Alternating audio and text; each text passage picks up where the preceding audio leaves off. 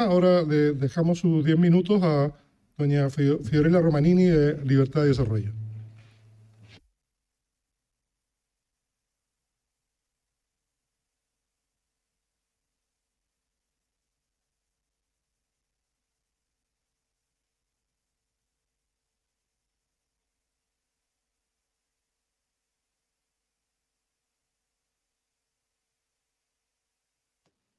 ¿Ahí se escucha bien?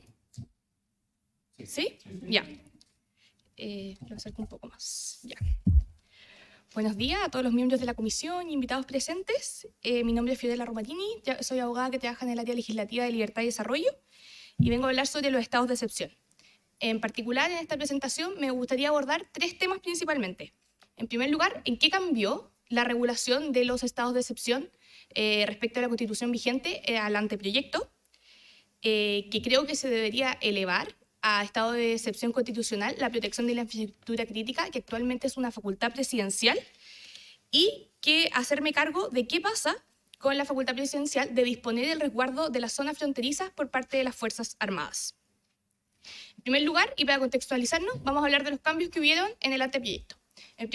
Como primera cosa, se cambió de ubicación los estados de excepción. Los estados de excepción en la Constitución vigente se encuentran en el capítulo de gobierno. Y ahora lo encontramos en el capítulo de derechos, deberes, de derechos y deberes.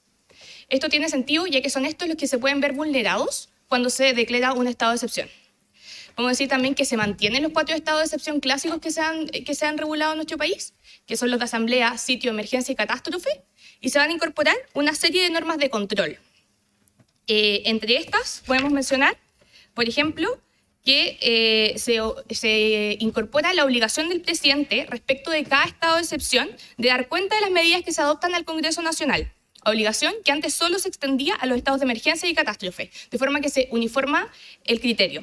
También se incorpora el deber de que en el decreto supremo que se declara el estado de excepción se tenga que señalar cuáles son los derechos, los derechos que se van a ver afectados por la dictación de este estado de excepción. El texto actual solo contemplaba que por la dictación de un estado de excepción se podían suspender o restringir ciertos derechos o garantías. También se ha incorporado una norma para establecer que para la declaración y renovación de los estados de excepción, tanto el presidente de la República como el Congreso van a tener que considerar la proporcionalidad y la necesidad y se limitarán respecto a la duración, extensión y medidas adoptadas a lo necesario para el pronto restablecimiento de la normalidad constitucional. La ley que regulará los estados de excepción también va a cambiar. Si antes hablábamos de una ley de orgánica constitucional, hoy vamos a hablar de una ley de quórum calificado.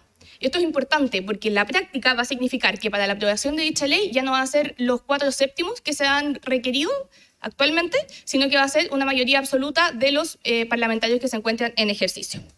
Teniendo en vista las nuevas incorporaciones y modificaciones, estas parecen adecuadas y colaboran a una mejor regulación de los estados de excepción.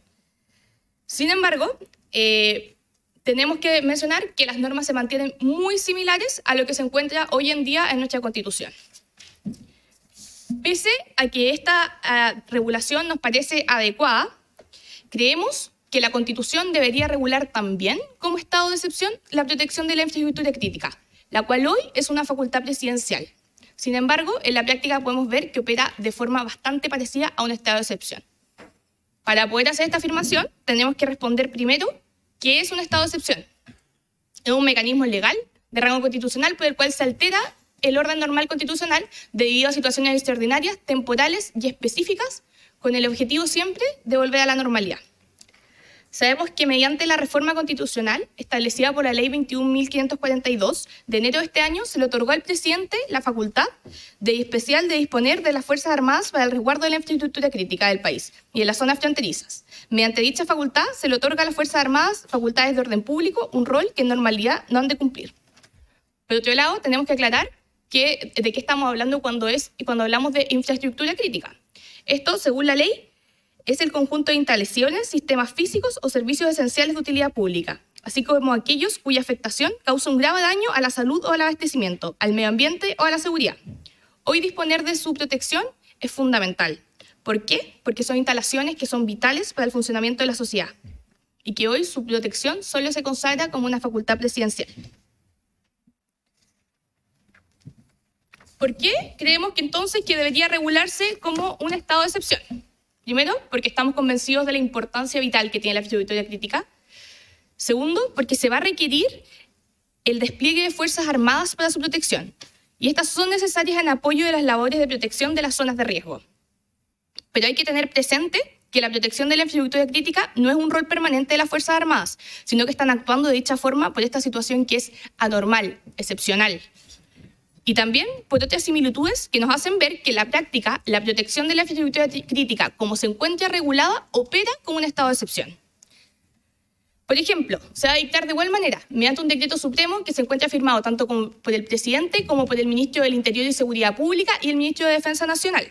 Se designa un oficial de las Fuerzas Armadas, quien va a tener el mando tanto de las Fuerzas Armadas y de las Fuerzas de Orden y de Seguridad Pública, dispuestas para la protección de la infraestructura crítica en las áreas que se especifican en dicho decreto supremo. Se va a señalar por un periodo de tiempo, al igual que los estados de excepción, y su prórroga por iguales periodos. Se va a tramitar con el acuerdo del Congreso Nacional, mientras que persista el peligro grave o inminente. Por todo esto es que sostenemos la creación de un nuevo estado de excepción para la protección de la infraestructura crítica. Y además de tomar los elementos que ya se encuentran dentro del anteproyecto, dentro de la facultad presidencial contenida en el artículo 102, letra R, dotarlo de facultad para restringir derechos y garantías, en particular los de locomoción y los de reunión. Creemos que esta restricción o suspensión de garantías puede ser necesaria para el accionar de las fuerzas en la práctica de resguardar la infraestructura crítica. Además, mencionar que se asemeja a las restricciones que trae consigo el estado de excepción menos gravoso, que es el de emergencia. Por último, me gustaría hacerme cargo de qué pasa con la facultad que se le entregó al presidente también para disponer el resguardo de las zonas fronterizas por parte de las Fuerzas Armadas. Esto también se encuentra dentro de la Ley de Infraestructura Crítica y para hablar sobre este tema tenemos que ponernos en el contexto de que nuestras fronteras terrestres se encuentran frente a graves amenazas hoy en día. Estamos hablando de narcotráfico, de crimen organizado, de trata de personas y de migración irregular. Es un problema del cual necesitamos hacernos cargo mediante las instituciones que se encuentran disponibles para aquello. Si bien el resguardo de fronteras como una función de las Fuerzas Armadas se encuentra recogido en el artículo 115, inciso segundo, creemos que debería ser elevado al inciso primero. ¿Por qué? Cuando estamos hablando de del resguardo de fronteras, se encuentra dentro del inciso que dice además colaborarán las Fuerzas Armadas en el resguardo de fronteras. Nosotros creemos que debería ser de los fines permanentes a los cuales estas están destinadas, no solo una función, dígase, secundaria. Además, sostenemos que es el Ejército, la Fuerza Armada, destinada por naturaleza a cumplir esta labor de protección de fronteras terrestres, como lo hace actualmente en la práctica, y lo podemos ver en el norte del país, por ejemplo, y como vemos que se desempeña tanto en la frontera marítima, la Armada a través de la Policía Marítima, y también como lo hace la Fuerza Aérea a través de la DGAC en los pasos fronterizos aéreos. Quiero recalcar que el problema de las fronteras, del resguardo de fronteras, a diferencia de la protección de la infraestructura crítica, es un problema permanente que requiere una solución permanente. Es por esto que sostenemos la importancia de que se le otorgue a las Fuerzas Armadas la facultad principal de resguardar fronteras como uno de sus fines.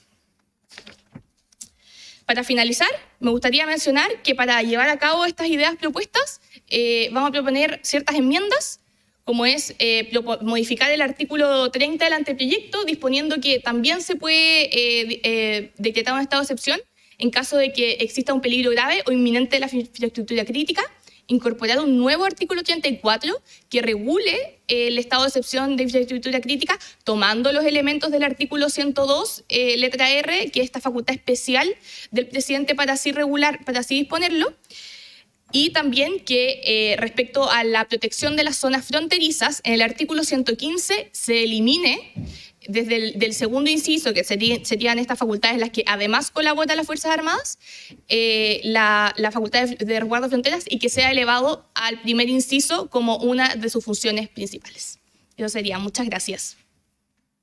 Muchas gracias, doña Fiorella Romanini, de Libertad y Desarrollo.